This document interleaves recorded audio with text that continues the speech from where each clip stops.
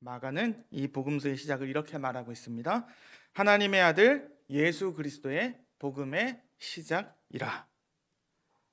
하나님의 아들 예수 그리스도의 복음의 시작이라. 우리는 너무나도 쉽고 당연하게 이렇게 이 단어를 사용하고 있습니다. 복음입니다. 복음. 복음이란 단어는 우리의 신앙과 믿음에서 그렇게 늘 사용되어 왔고 우리는 그렇게 늘 사용하고 있습니다. 복음입니다. 그런데 마가는 이러한 문장으로 그의 글을 시작하고 있는데 이 글은 당시에 이 글을 처음 받아본 사람들에게는 충격을 받을 수밖에 없는 표현을 쓰고 있습니다. 사실 복음이라는 이 단어, 우리는 복음이죠. 헬라어로는 유앙겔리온이라는 이 단어는 사도들이나 교회가 만든 단어가 아니었습니다. 사실 원래 그 사도들이 살던 이 로마가 다스리던 지중해 사회에서 복음이라는 단어는 원래부터 존재하던 단어였습니다. 복음, 좋은 소식은 원래는 로마의 황제가 그가 다스리는 백성에게 포고하는 글이나 그 글에서 나온 단어를 뜻합니다.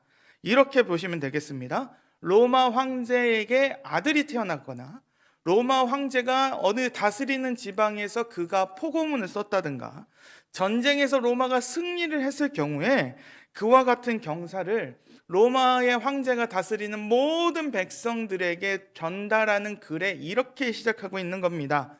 만약에 이렇게 된다고 보시면 되겠습니다. 만약 로마 황제 아우구스투스는 백성 누구누구에게, 지역 누구누구에게 이렇게 좋은 소식을 보내노라 라고 시작되는 이 포고문에서 좋은 소식이 바로 복음이라는 단어라는 겁니다. 마가는 당시 사람들에게 복음이라는 단어가 이렇게 원래 사용되고 있음에도 불구하고 그는 이 복음이란 단어를 이렇게 오늘 설명하고 있습니다. 이 마가복음을 처음 읽었던 사람들은 어떻게 살았는지 우리가 다시 한번 봤으면 좋겠습니다. 당시에는 예수님을 믿는 것이 자유로웠던 시절이 아닙니다. 많은 사람들이, 이 당시에 예수를 믿으려고 하면 이 사람들은 많은 것을 포기해야만 했습니다. 사람답게 살지 못하고 생명을 걸고 믿음을 지키면서 그들은 살아가야만 했습니다. 로마는 다신교 사회였습니다. 여러 가지 신들이 다 같이 있었던 시대였습니다.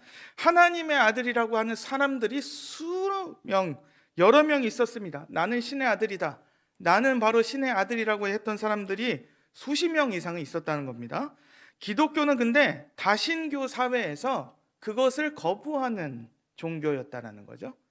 우리는 오직 살아계신 한 분 하나님만을 믿습니다라고 인정하는 이 믿음을 가진 사람들에게 로마 사회에서 이 믿음을 지키면서 살아가는 것은 결코 쉬운 일이 아니었습니다.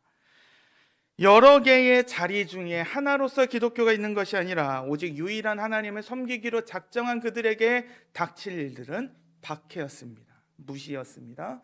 그들은 예수를 믿는 것 때문에 사람들한테 미친 사람 취급을 받고 쫓겨나고 자신들의 직장에서 배척당하는 그런 일을 경험했습니다. 로마의 황제를 신으로 여기며 다른 민족들을 정복하며 그 민족의 신들까지도 자기들의 신으로 포섭하려고 했던 이 사람들에게 심지어 어떤 제단까지 섬기냐면 이름도 모를 신에게 바치는 제단까지 세우던 이 세상에서 우리는 하나님만을 믿습니다. 우리는 예수 그리스도가 나의 구주임을 믿습니다라고 믿는 고백을 하는 이 사람들은 세상에서 없어져야 될 사람들이 되었습니다. 그래서 고통받고 그들은 그것을 당연하게 받아들이며 살아갔습니다. 그래서 유대인들에게는 이들은 이단이고 이방인들에게는 미련한 것을 믿는 사람들이라고 조롱받기 시작합니다. 그렇게 주님의 백성들이 믿음 하나 가지고 분투하며 살아가던 시절입니다. 이제 주님을 만났던 사람들은 점점 박해를 받든지 아니면 순교를 당하든지 배교의 길을 당했던 이런 시대였습니다.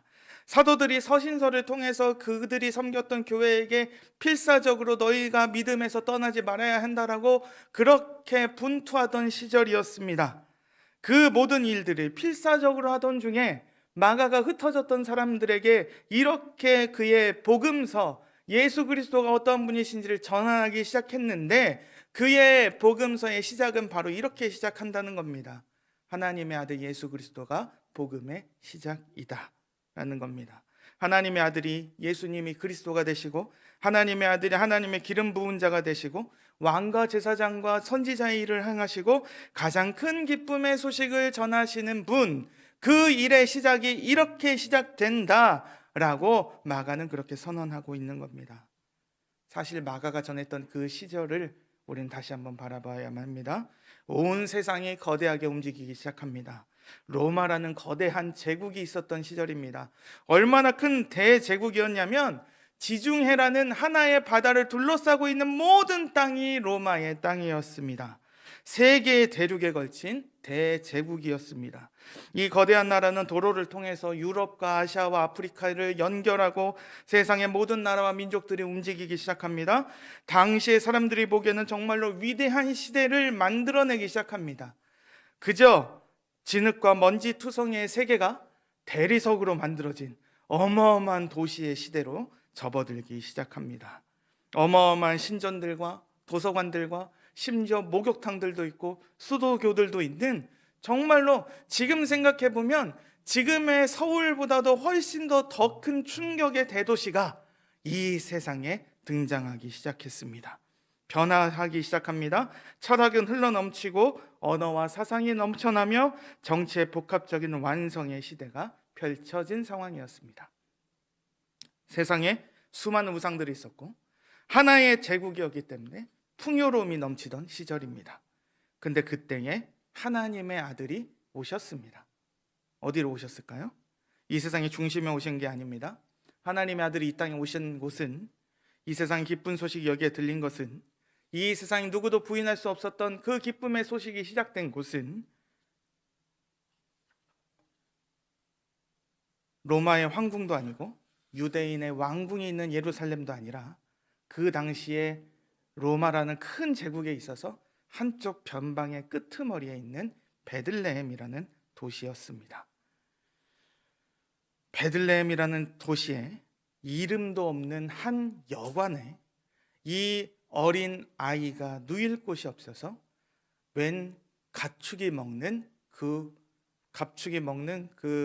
흔히 말하는 밥그릇과 같은 그 구유에 이 하나님의 아들이 오셨습니다.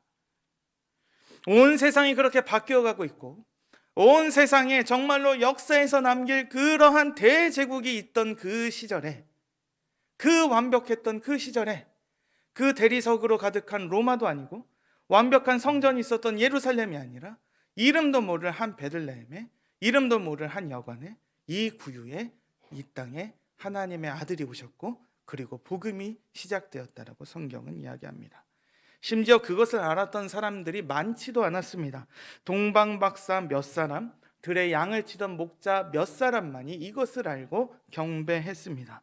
누구도 생각하지도 않았고 누구도 상상할 수 없었던 일의 시작이 이렇게 시작되었다는 사실입니다. 다른 사람들이 우러러 볼 수 없게끔 하나님의 아들이 모든 사람이 보는 그 가운데 하늘에서 강림하신 것이 아니라 정말로 연약하고 너무나도 어리고 정말로 부모의 도움이 없이는 살아갈 수 없는 그 어린아이의 모습으로 좋은 것이 아니라 이름도 모를 그 여관의 구유에 누이신 아기 예수로부터 복음이 시작됐다라고 얘기합니다. 그리고 마가는 그 복음의 시작을 그렇게 선언하고 있는 겁니다. 근데 여러분, 세상은 어땠을까요? 예수님을 보았을까요? 아니요. 이 세상은 이러한 복음이 필요 없다라고 말합니다. 세상을 보라라고 얘기합니다. 로마와 같이 거대했던 놀라운 변화를 살고 있는 우리에게도, 그 당시에 로마에 살던 수많은 사람들도 그랬고 지금 살고 있는 이 세상도 우리에게 마찬가지라고 얘기합니다. 세상을 바라보며 복음이 필요 없다라고 얘기합니다. 너는 얼마나 믿을 게 없어서 너는 그걸 믿고 있니? 너는 진짜로 그게 복음이라 생각하니? 우리에게 그렇게 세상은 질문하고 그렇게 우리에게 강요하기 시작합니다. 로마보다 더 크고 위대한 문명을 우린 경험하며 살아갑니다. 최첨단의 기술을 우리는 매일매일 사용하고 있습니다. 그 안에 수많은 것들이 복음이 필요 없다 얘기하든지 아니면 이것이 우리에게 복음이라고 이야기합니다. 그러나 분명히 마가는 말하고 있습니다. 예수님이 우리의 복음이 되신다라고 얘기합니다. 복음이 이 땅에서 하나님의 아들이 오심으로 시작되었다라고 얘기합니다. 우리가 불쌍한 사람이라고 주님이 오신 것이 아니라 아직도 작동하고 있는 그 로마의 그 위대한 거대한 세계 속에서 참되고 복된 소식이 인간의 눈으로는 너무나도 미약하지만 슬프지만 비참한 그 가운데서도 하나님의 놀라운 은혜의 역사가 시작되었다라고 이야기하고 있는 겁니다. 그렇습니다. 이 세상은 겉만 바뀌어왔지 여전히 스스로를 속이면서 살아가는 곳입니다. 가장 필요한 것이 있음에도 불구하고 그들은 이 필요를 모른 척합니다. 이 세상의 것이 다 채워지면, 이것이 우리에게 있으면 우리는 완벽할 것 같고 우리는 다 된 것 같고 이것이 나에게 복음인 것처럼 세상은 우리에게 말하고 있습니다. 이 나라의 문명과 기술과 과학과 여러 가지로 돈과 성공과 사람들의 명예와 인기를 가지고 있으면 이것이 나의 복음인 것처럼 얘기하고 나는 복음이 필요 없는 사람처럼 살아간다라는 것입니다. 그런데 틀렸습니다. 로마의 황제도 위대한 승리자의 함성이 가득했던 콜로세움과 같은 그 위대한 경기장도 이 세상에서 유일한 진정한 변화, 우리에게 가장 필요한 그 놀라운 승리를 주지 못했다는 사실입니다. 이 세상은 하나님 앞에서 썩어 없어질 것들이 우리에게 복음이라고 우리에게 말하고 있으며 이것을 보며 이것의 위대함에 놀라라고 이야기하고 있습니다. 로마의 황제도 그 거대했던 건물들도 다 사라지고 있습니다. 이것만 있으면 다 괜찮을 것 같고 더 이상 부러워할 것처럼 없어 보이는 그것이 진정한 기쁨의 소식, 승리의 소식이 되지 못하고 있습니다. 다람쥐의 쳇바퀴와 같이 하루하루를 살아가고 있는 우리에게 영원한 생명과 거리가 먼 것처럼, 그것이 인생의 다인 것처럼 세상은 우리에게 이렇게 이야기하고 거짓말을 하고 있습니다. 예레미야 선지자는 이러한 현실을 이렇게 표현하고 있습니다. 2장 13절 다 같이 한 목소리를 읽어볼까요? 다 같이 읽겠습니다. 시작. 내 백성이 두 가지 악을 행하였나니 곧 그들이 생수의 근원되는 나를 버린 것과 스스로 웅덩이를 판 것인데 그것은 그 물을 가두지 못할 터진 웅덩이들이니라. 아멘. 생수의 근원을 버리니까 생수를 찾아야겠는데 터진 웅덩이만 채우고 있는 인생들이 우리의 인생들이라는 겁니다. 허무한 것에 굴복하고 이 세상의 것으로만 우린 놀라고 그것을 그냥 누리면서 살아가지만 그것이 채울 수 없는 터진 웅덩이를 가지고 우리는 그렇게 살아가고 있다는 겁니다. 위대한 시대, 입이 다물어지지 않는 이 시대 속에 살아가는 우리에게 이런 상황은 알 수도 없고 스스로 벗어날 수도 없다라는 것을 우리는 알아야만 합니다. 이 세상의 어떤 것도 우리를 만족시킬 수 없습니다. 시대가 바뀌고 문화가 달라도 우리가 어떤 것을 성취했어도 결코 만족할 수 없는 것에 매여서 우리는 살아갑니다. 그럼에도 불구하고 세상은 우리 눈에 보이는 것들이 복음이라 얘기하며 그것이 없으면 우리는 불행하고 그것이 없으면 우리는 비참하고 그것이 없이는 우리는 살 수 없다라고 선언하고 있습니다. 그러나 이 땅에 오신 예수님은 혁명적인 가르침을 전하는 분으로 오신 것도 아니고 기적을 베푸시는 분도 오신 것이 아니라 복음의 시작으로 이 땅에 오셨습니다. 우리에게 있어서 그저 우리의 교양을 더하시는 분도 아니고 진정으로 가장 필요한 것을 주시는 분으로 이 땅에 오셨다는 사실입니다. 역사와 철학과 문학과 수많은 인간들의 만든 것이 우리를 크고 압도하는 것처럼 보여도 우리의 주님과 비교할 수 없는 것이고 그것보다 위대하신 주님이 이 땅에 오셨습니다. 그리고 복음이 시작되었습니다. 이 세상의 약자들만이 필요한 것이 아니라 돈 없는 사람만이 필요한 것이 아니라 이 세상에 살고 있는 모든 사람들에게 필요한 복음, 그 복음이 이 땅에서 예수 그리스도가 오심으로 시작되었습니다. 모든 것을 주신 하나님의 은혜가 이제 하나의 민족을 넘어 모든 믿음의 근원이 되시고자 이렇게 시작되었습니다. 근데 그 시작이 아까부터 계속 말씀드렸지만 세상의 눈으로 보기에는 너무나도 작고 미약한 것으로 시작됩니다. 이 세상에 이룬 것에 비하면 아무것도 아닌 것처럼 보입니다. 아주 보잘것없는 것처럼 보입니다. 흠모할 것도 없어 보이는 겁니다. 그러나 확실한 것은 이 복음이 너무나도 강력한 것이고 분명하게 그렇게 역사를 이룰 것인데, 이것을 수백 년 전에 다니엘은 느부갓네살이라는 이방인의 환상을 통해서 이렇게 선언하고 있습니다. 다니엘서 2장 45절, 이것도 다 같이 한 목소리로 읽어볼까요? 시작. 손대지 아니한 돌이 산에서 나와서 새와 녹과 진흙과 은과 금을 부서뜨린 것을 왕께서 보신 것은 크신 하나님이 장래일을 왕께 알게 하신 것이라. 이 꿈은 참되고 이 해석은 확실하니이다 하니. 아멘. 잠깐 설명을 하자면 이렇습니다. 다니엘의 그 이야기는 어디일까요? 포로로 끌려간 하나님의 백성에 관한 이야기입니다. 포로로 끌려갔다는 것은 하나님의 나라가 망해버렸다는 사실입니다. 그 하나님을 망해버렸던 그 나라가 영원했을까요? 아닙니다. 느부갓네살의 환상에 보여줬던 그 수많은 나라들의 이야기를 한번 살펴보십시오. 쇠와 녹과 진흙과 은과 금으로 어마어마한 시대가 바뀌어지기 시작했습니다. 아시리아가 있었고, 그것을 망한 바벨론이 있었고, 바벨론을 망하게 한 페르시아가 있었고, 페르시아를 망하게 한 그리스 제국이 있었고, 그리스 제국도 이제 로마에 먹힌 상황입니다. 자, 이 거대한 신상, 새와 녹과 진흙과 음과 금으로 만들어진 위대한 신상이 인간들을 굽어 살피는 것처럼 위대하게 그렇게 뻗어 있지만, 이 신상이 영원한 것이 아니라 이 신상이 무너졌는데, 어떻게 무너졌냐면 손대지 아니한 돌이 떼굴떼굴 굴러가서 이 신상을 무너뜨렸다는 사실입니다. 이 땅에 오신 하나님의 아들의 복음이 그러한 이 세상의 역사를 이루시고 계신다는 겁니다.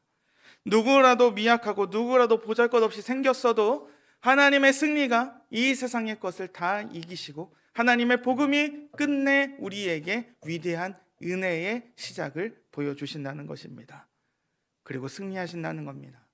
이 세상을 무엇을 더하고 더 나은 세상으로 만드는 것이 아니라 누구도 해결할 수 없는 문제를 해결하는 그 일이 우리에게 주어진다는 겁니다. 죄와 사망의 문제가 해결하는 분입니다.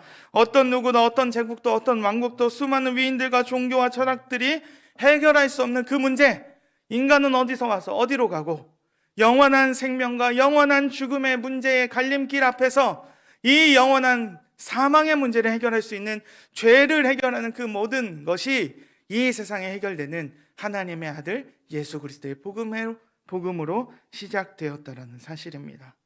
시대와 문화와 사상과 그 모든 것을 뛰어넘는 일이 오늘 이 일이 시작되었습니다. 인간의 눈으로 보기에는 아무것도 아닌 것 같은 저 구유에 누인 이 아기로부터 시작된 복음은 생명이자 능력입니다. 그리고 그 안에 진정한 행복이 있습니다. 우리를 속이려는 이 세상의 것과 늘 속고 속이고 더 나은 것을 얻기 위해 치열하게 살아가는 모든 하나님의 백성들에게 더 행복함을 말하는 것으로 우리를 이 세상에서 더 그렇게 살아가야 된다라고 밀어붙이는 것이 아니라, 우리에게 하나님의 아들이 오셨다는 사실입니다. 지금 이 믿음 때문에 우리가 고통당하고, 이 믿음 때문에 슬픔을 당하고, 우리가 이 믿음 때문에 내가 가진 것을 포기해야 한다 할지라도 나에게 이 복음이 있으므로 나는 이 세상에서 가장 행복한 사람입니다. 그 복음이 이렇게 시작됐습니다. 그 복음이 진짜로 하나님의 말씀대로 이루시고 하나님의 아들이 이 땅에 이렇게 오셨습니다. 성경은 그렇게 이야기하고 있다는 사실입니다. 히브리서 기록자는 이 땅에 오신 예수님을 이렇게 선언합니다. 4장 15절입니다. 우리에게 있는 대제사장은 우리의 연약함을 동정하지 못하시리가 아니요 모든 일에 우리와 똑같이 시험을 받으신 이로되 죄는 없으시리라. 죄가 없으신 하나님의 아들이 저 낮고 천한 곳에서 아기의 모습으로 오셨습니다. 가장 최악의 모습이라 할지라도 하나님의 아들이 이 땅에 오셨습니다. 누구도 보지 않았고 몇 명이 찬양했던 어느 이름 모를 그날에 하나님의 아들이 가장 어리고 약한 모습으로 가장 낮은 자리에 오셨지만, 누구도 찾지 않았던 그 구유에 몸을 누이셨지만 이 세상에서 가장 필요한 것을 주시기에 이 땅에 오셨고, 그분이 그렇게 낮아지심으로 우리의 연약함을 동정하지 못하시리가 아니다, 우리의 연약함을 동정하실 분이시라는 겁니다. 그분이 우리와 같이 어린아이로 오셨습니다. 그분이 우리와 같이 낮은 자리에 오셨습니다. 이 세상에 보았을 때 아무것도 아닌 것처럼 보이지만 아무것도 아닌 것처럼 보이는 그 예수님이 그 자리에 오셔서 우리와 함께 하시고 우리를 사랑하시고 우리를 위해 이 땅에서 오신 복음을 이루시는 분이시라는 사실입니다. 구원이라는 누구의 상상이나 동화나 누구의 창작물이 아니라 모든 사람들에게 있어야 할 가장 큰 행복과 놀라운 은혜를 주시러 이 땅에 오셨습니다. 그렇게 복음이 시작되었습니다. 이러한 은혜의 물결이 사실은 저 예전부터 있었습니다. 아담과 하와의 불순종 이래로 계속해서 하나님의 아들을 보내시면서까지 그 여인의 후손을 위해서 그 땅에서 이루실 그 하나님의 놀라운 일들이 계속되었습니다. 가인과 그의 후손들이 수많은 문화와 성들을 쌓고 자신들의 이름을 드높이려고 최강의 기술로 하늘을 닿을 것 같은 탑을 쌓는 그 와중에서도 하나님의 놀라운 은혜의 역사는 한쪽에서 끊어지지 않고 계속해서 이루어지고 있습니다. 하나님의 일을 방해하려는 사단의 관계는 계속되었습니다. 심지어 하나님의 약속을 받았던 인간들의 완악함은 가득했습니다. 그래서 하나님의 나라라는 것이 이 세상에서 없어지고 망해버린 것과도 같았습니다. 그럼에도 불구하고 그들의 노력과 그들의 어떠한 불순종을 뛰어넘어서 하나님은 놀라운 은혜의 역사를 계속해서 보여주셨습니다. 이방인들의 여인들을 통해서도 하나님의 일을 이루셨습니다. 아무것도 아닌 것처럼 그곳에서도 그 모든 것이 하나님의 말씀대로 하나님의 그 모든 능력을 이루시며 그것을 완성시키시고 계셨고, 신비로운 역사를 통해 하나님의 아들이 이 땅에 오셨습니다. 복음의 시작입니다. 누구도 해결할 수 없는 승리의 소식이 우리에게 전해집니다. 누구도 대신할 수 없는 하나님의 아들이 이 땅에 태어났다는 소식이 여기에 있습니다. 영원한 기쁨과 소망에 관련된 일이 이 하나님의 아들과 연결되어 있습니다. 하나님의 아들이 우리와 상관이 없이 오시는 분이 아니라 우리의 연약함을 아시고 우리의 죄를 감당하시기 위해서 이 땅의 저 낮은 자리로 우리와 같은 모습으로 이 땅에 오셨습니다. 복음이 시작되었습니다. 우리는 그저 서양인이 되는 것이 아닙니다. 우리는 서양 신을 모시는 것도 아니고 서양 명절의 하루를 크리스마스라 부르며 따라가는 것이 아닙니다. 세상의 수많은 종교라는 것들은 거짓말이 아니라 우리에게 필요한 가장 귀중한 것, 가장 최고의 행복, 가장 인생이 바뀌는 그것이 바로 복음이라는 것이고, 그것이 우리에게 필요한 모든 것을 채우시며 그 복음은 바로 이 땅에 오신 하나님의 아들이시라는 겁니다. 이 세상의 주인이신 하나님이 우리에게 주신 선물로 예수님이 오셨습니다. 그저 허무한 인생, 하나님의 분노를 받아야 하는 인생들에게 태어나고 고통을 주고 받고 죄악으로 헛된 것을 주인으로 삼고 심지어 자신의 앞을 알지도 못하고 스스로 허무한 것에 굴복하는 인생들에게 하나님의 주시는 은혜가 이 복음이 이 땅에 왔습니다. 그 복음이 시작되었습니다. 그 복음이 지금도 우리에게 전해지고 있고 우리는 그 복음으로 충만함을 경험하며 변화되며 생명력을 얻고 그 복음을 전하는 인생들이 되었습니다. 이 세상을 채우는 것은 거짓된 복음, 이 세상을 채우는 것만으로서 우리에게 복음이라 하는 것은 거짓된 복음입니다. 그저 내 인생에 내가 원하는 것이 펑펑 이루어지는 것이 복음이 아닙니다. 이 세상의 기준으로 성공이 아니라 할지라도, 이 세상의 눈으로 봤을 때 정말로 아무것도 아닌 것처럼 보일지라도 하나님의 아들로서 승리하는 진정한 믿음과 생명과 소망이 주님이 계신 그것이 복음입니다. 예수 그리스도가 복음입니다. 하나님의 아들 예수 그리스도의 복음이 우리에게 진정한 복음이라는 것입니다. 통장의 잔고와 내가 살고 있는 집 평수와 내가 타고 다니는 차의 CC가 나를 치장하는 게 아니라 내가 가지고 있는 이 복음, 예수 그리스도, 하나님의 아들 예수 그리스도의 그 복음이 우리 인생을 부유하게 하고 그것이 진정 우리의 기쁨이 되고 우리가 그것을 기뻐하며 이 세상의 눈에, 이 세상의 기준이 아니라 하나님의 기준으로 승리하시는 우리 귀한 성도님들과 제가 되었으면 좋겠습니다.